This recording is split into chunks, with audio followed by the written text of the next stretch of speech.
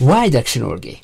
Suicide Squad, first issue, Trial by Blood. Holy This isn't your kid's Suicide Squad, this is your Suicide Squad. In 1987, John Ostrander started his run on a very high level. He started it even before you open the book, because the cover says, "These 8 people will put their lives on the line for our country. One of them won't come home." In the first couple of pages, he destroyed the Air Force One and killed a couple of hundred people at the airport, which is simply insane, not even mention the fact that he did all of this in 1 minute and 7 seconds. Seriously, I'm hooked. It's pretty clear that he's gonna follow the trend of the 80s and history gonna be as dark as is possible, and he's gonna go deeper and darker than you would imagine. So yeah, welcome on the ride to the deep hell. On page 90, making the first mention that this squad will request some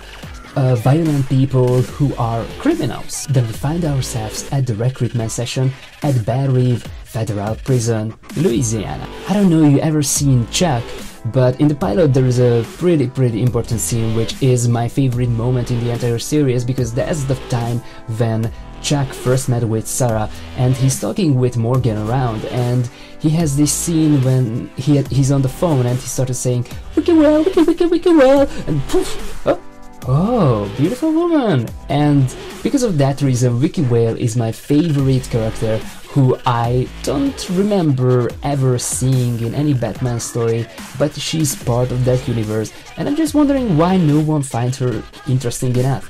I mean, if you're thinking about it, in the first issue, her appearance is not more than just a brief moment that she's working on an article about Bear Reef for her magazine, which is pretty shame, because I think there is a lot more in that character, because she can be the Lois Lane of the Batman world or something like that. But again, this is just a cameo, because Mrs. Voller running this freaking show, and she does a damn good job if you're asking me about the team. So let's check out her team. The leader of the Suicide Squad is obviously Rick Flag. Then we have Floyd Lawton, aka Deadshot, Benjamin Turner, aka the Bronze Tiger, Miss June Moon, aka the Enchantress, and George Digger, also known as Captain Boomerang. He is pretty much the most ridiculous person in this squad.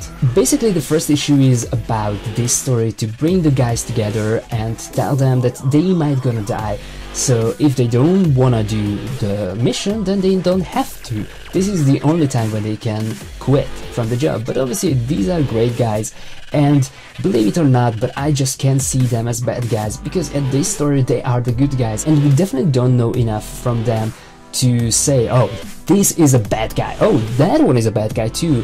So it's not like the new Suicide Squad where you know that these guys are really bad, because here they just insane vigilantes. This was the first issue, and I think it was very good, very well written, and it's very interesting, especially to see how these people come together. And we don't know enough about their job or their mission, but I have the feeling we're gonna get to know more, we're gonna get to see that mission in the second issue. So come back tomorrow, until that time, read issue number 2.